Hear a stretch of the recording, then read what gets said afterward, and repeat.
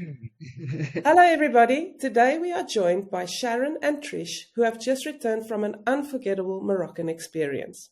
Sharon and Trish will be sharing with us their insights, tips, and some of the experiences that they've had while traveling with us to Morocco. Ladies, welcome. Thank you so much for joining us today. You guys are dialing in all the way from Australia, so it was quite difficult to get a time slot that suits all of us, but we made it work. Thank you so much for joining. I think the first question I want to ask the two of you is just, what inspired you to travel to Morocco specifically? Well, I've done quite a few expat tours, and Trish has done Japan and South Africa. And we really, we really didn't want to do sort of Europe again. We wanted something a little bit different, and we were looking at, the Nile and Jordan and a few other places, but it's a little bit dicey there. So the invite come through to join, everybody on the disco tour, which was pretty cool because traveling with a lot of expat travellers too. So, and we like to help out. We love it. We love the company, and we wanted to get on there and provide some good feedback and help out if we could. But Morocco was a standout as far as the colours, the Sahara Desert. Amazing. Okay. There was so much on the list. For those people joining us, maybe they don't know what a disco tour is. So a disco tour is what we call it a disco tour. It's a discovery tour, which means that you guys are almost pioneers. You go on this trip as the first people to test out the itinerary and to give feedback. And we love it when our experienced travelers join us because they know what an expat tour should feel like, and they give us feedback when we sort of go off course or when we get it just right. And I get the sense that we got it right this time. Is that more or less accurate? Absolutely. Yeah. It really doesn't take expat very long either because your tours are wonderful. Oh, that's great to hear that. There was only a few minor, timing and things, which was understandable, but nothing that needed fixing really. It was all good, yeah. Awesome. The sights and the variety was amazing. That's what I was going to ask, because whenever we book anything, right, we have this expectation of what's going to happen and how it's going to be. And I'm curious to learn, how your expectation and reality kind of connected. Even as a disco tour, you don't really know what you're expecting, but, that's my first disco tour I've been on, and it was just amazing. It was great. I wouldn't have known it was a discovery tour. I would have thought you guys had been doing this forever. It was so good. Awesome. The expectation from my side, because I'm the researcher, she just comes along for the ride. So researching everything I'd compared it to a lot of other tours, and there was so much on this tour that wasn't on others that we wanted, and especially, camping out on the Sahara that wasn't offered by a lot of companies, and it was just a really good variety. It wasn't just the same thing every day, which you could fall into that trap in Morocco because there is a lot of Medinas and a lot of, things that you could get a bit bored with after a while, so having the mix was really variety of it as well, a lot of variety. And it sounds like there wasn't big travelling days. The desert experience sounded like it was kind of a bucket list for you to make sure that's included. Yeah. And it was worth it? Oh, absolutely. Why? I feel young. I feel young again. So don't worry about your age, everybody. I feel young again. Thanks, expat. Trish was really worried about keeping up with the group, so she, I always said that people take it easy and make sure that nobody's left behind, and you do your own pace. And as is, our tour leader was really patient and with everybody on the tour. So. It was, she did really well. And like I said, I'm getting better at it. Who's the problem child on tour? Okay. Always. Okay. It's not true. It's not true. She's a born entertainer. I'm a fun child. I'm a fun child. It's always going to be one in the crowd, and she usually You also met some interesting people who's also been on expat tours before. Have you seen anybody that you've seen before, or was it all kind of new faces? This time was all new. New. Yeah, all new. But we with the group having the little special group, you almost feel like you know them by the time you get there and start the tour, because everyone gets on and says, "Hi, I'm from here." On the Facebook page, we got to know a few of them before. Yeah, even before we. So it's so friendly right from there. You don't have to wait till you actually fly to your destination and get started. You already feel like, oh, wow, there's a family thing happening here. Okay. And Awesome. some people had travelled to Japan with Matt, and we did that last year. And so he was sending messages through that person to say things to us. And yeah, it was Jamie. I mean, yeah. Matt, not Matt. Jamie, Yeah, so we got a really good. So they sort of had an expectation straight up to go, looking for this person to have a chat to. We won't tell you the story that they told. What goes on camp stays on camp. Some things are better left unsaid. So I think if there's anything not to say, then let's not say it. Okay, I want to ask a little bit about the culture of Morocco. I mean, I've not been there.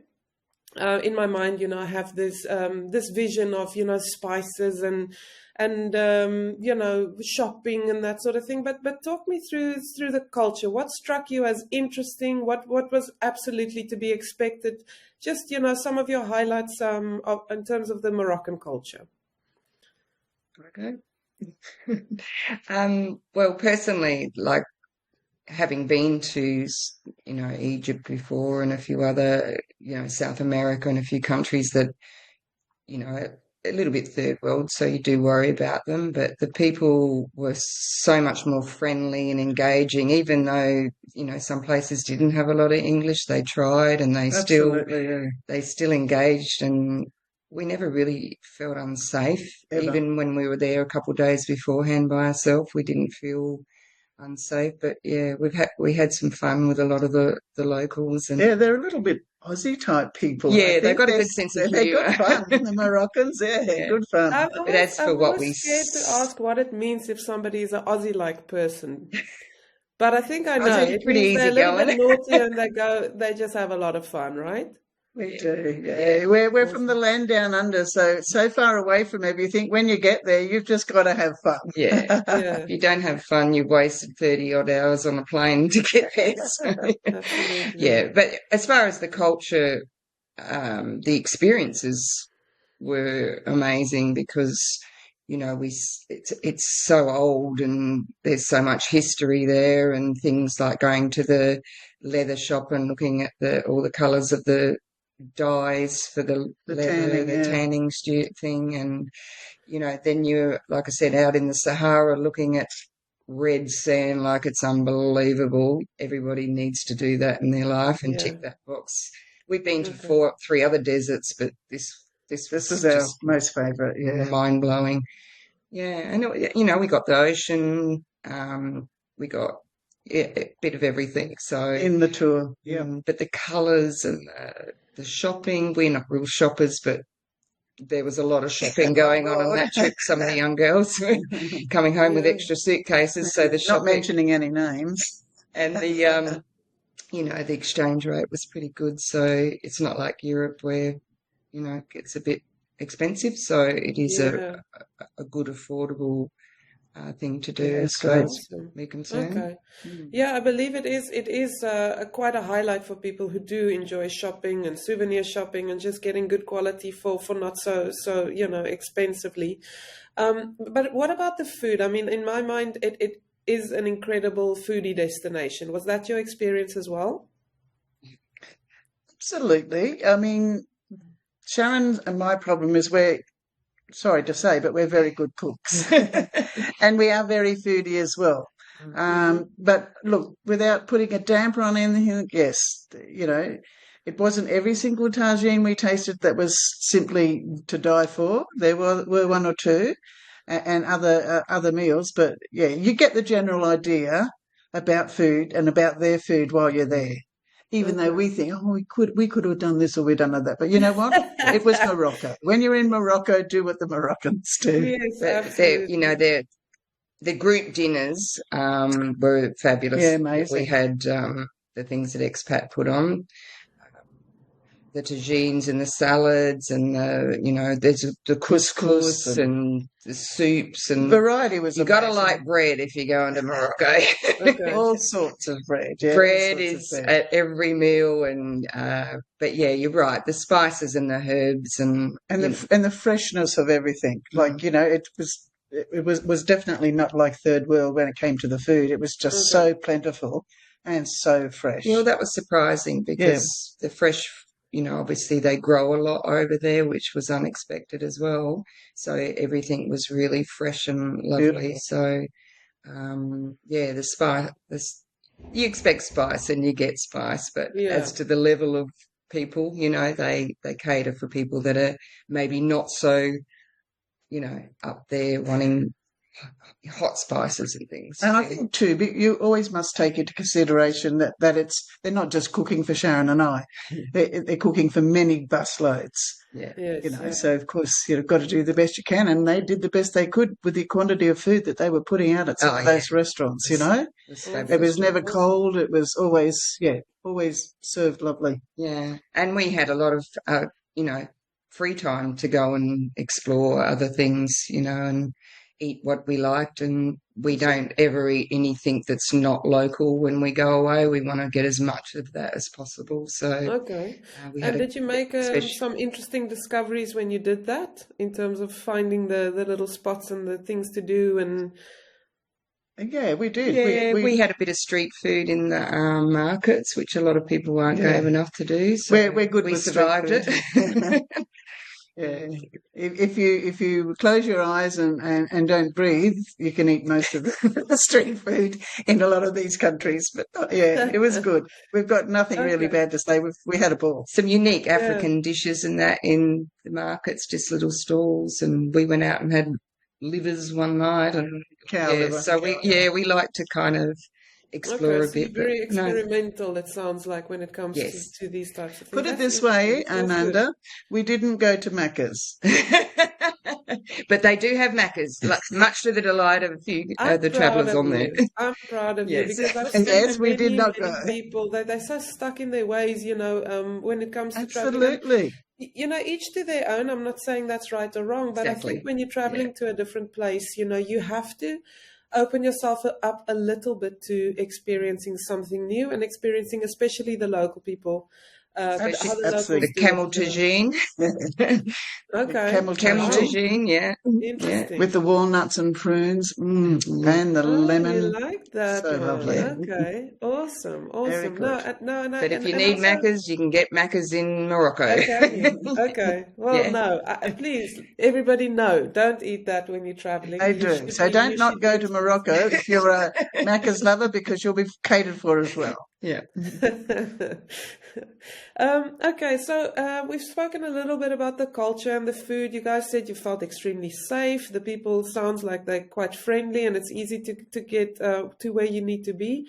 In terms of packing, I always think it's kind of similar wherever you go. You kind of consider the weather, and that's kind of your go-to.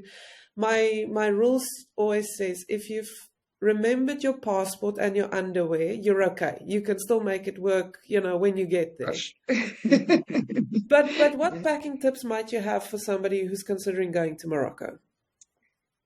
Well, it was a bit cooler than like we travelled when it wasn't 40 degrees or whatever. So a shawl, a scarf, be respectful to the Muslim community that they are, and make sure even if it's just covering yourself, not your head necessarily. They didn't expect you to do that in a lot of the places, but it's also good because if you get a chilly night, or they've over air conditioned one of the rooms, you've got a little wrap or something that you can take with you. But comfortable clothes, because there's a lot of walking on these trips.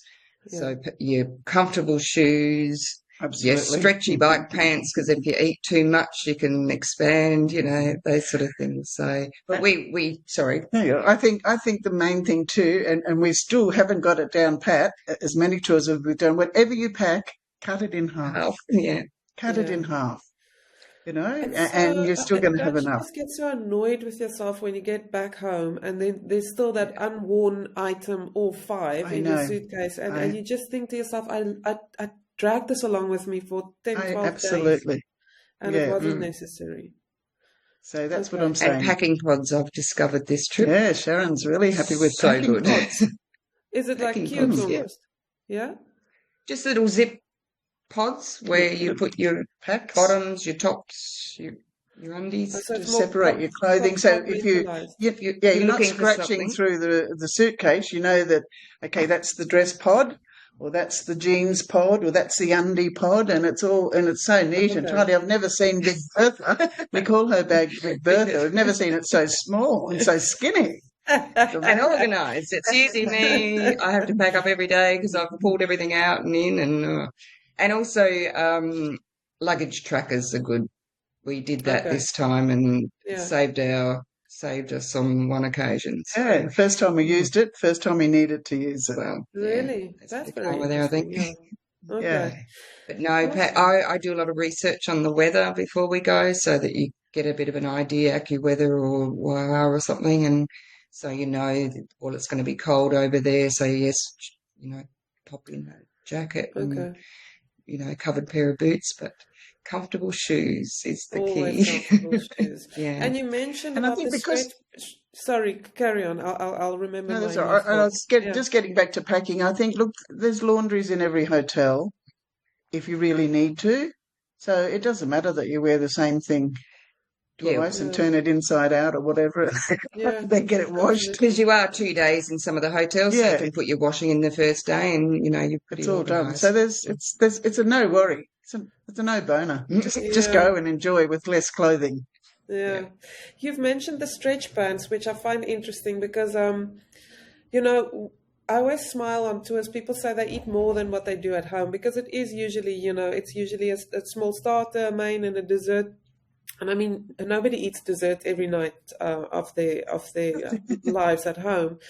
But then I always make myself believe that, okay, yes, you're indulging, but then you're also walking a hell of a lot more than what you would have at home. And you know, I always tell myself, you're burning it off. It's okay. You're going to be okay.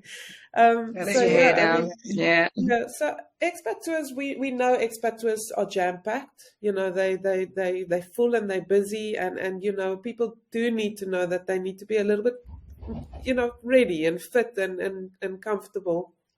Would you say this tour was similar to the ones that you've done before? Yeah, there was. I mean, Europe, there's a lot of walking, like so much more It's full on, walking yeah. than this trip. But it depends on the type of traveller you are too. Most days there was sort of a guided area, and then you went off to do your own thing. So if you wanted to go traipsing through the marketplace or go up to that fort for a longer walk or whatever, you've got time to do that. But I think the groups that was very well managed because Yeah. you know, It's good for everyone, whatever age. Like there was older people than me. I'm 68 now, and Sharon and I were averaging 16 to 22, 25,000 steps a day. So we had an I ice would cream never every have day put to you at celebrate. 68. I just Huh? want to put it out there. I would never have put you at 68. Wow. Thank Well done. you. Yeah, you look incredible. Well done. Thank you. I So told I you wanna expat makes me young. That's a good thing. You should do more Yeah, trips so with us. But everybody you are that's planning thinking another they're trip. old. I believe you're Sorry? planning another trip at the end of the year with us. Not the end of the year, at the end of August. We're doing the back-to-back. All of September, we're travelling with Expat Oh, yeah, back to awesome, back. yeah. We're doing Greece. Greece and then Balkans. Awesome. Incredible. You guys have a lot of Very time excited to about travel. that. What's your secret? Why do you have so much time on your hands? It sounds incredible. Well, we're both retired now. I'm only recently retired. Sharon only so retired last year, and I lost my beautiful partner of 50 years last year. So now we're just going to spend the rest of our life travelling. That's incredible. Really incredible. Yeah. And travel Yeah. really teaches you a lot. Sometimes hard lessons, sometimes, lessons about yourself, maybe your friend or whatever. What stands out as some of the lessons that you've learned during your recent travels? Because you have been traveling quite a bit the last few years. About 38 years we've travelled together, but yeah. not to this extent before. It might have been one every couple of years because you have to save your money in between. And you have to work in between as well. So now we're retired, it's a free-for-all, but yeah, you just have to be tolerant. But remembering, I mean, there's something new every day in every tour.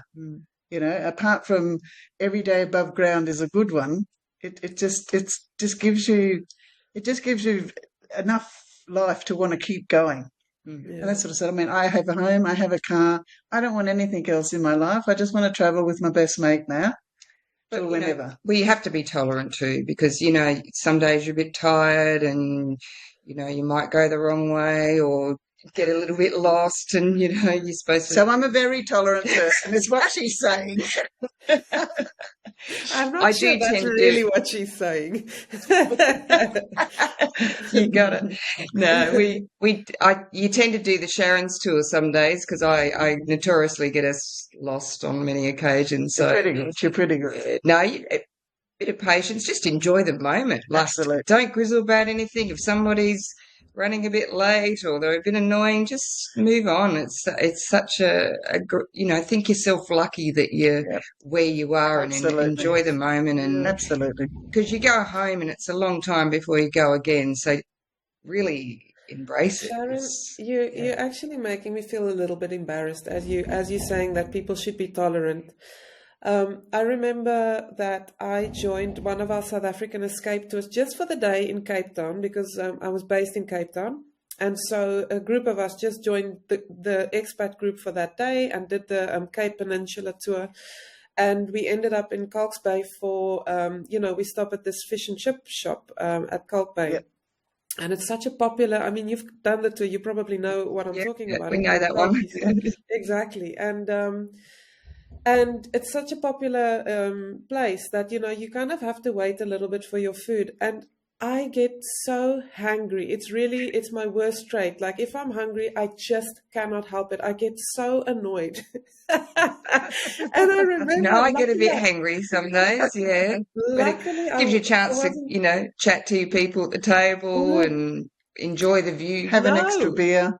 Have an extra beer, yeah. An absolute little brat at that table. Luckily, I wasn't sitting with any guests. I was sitting with two colleagues.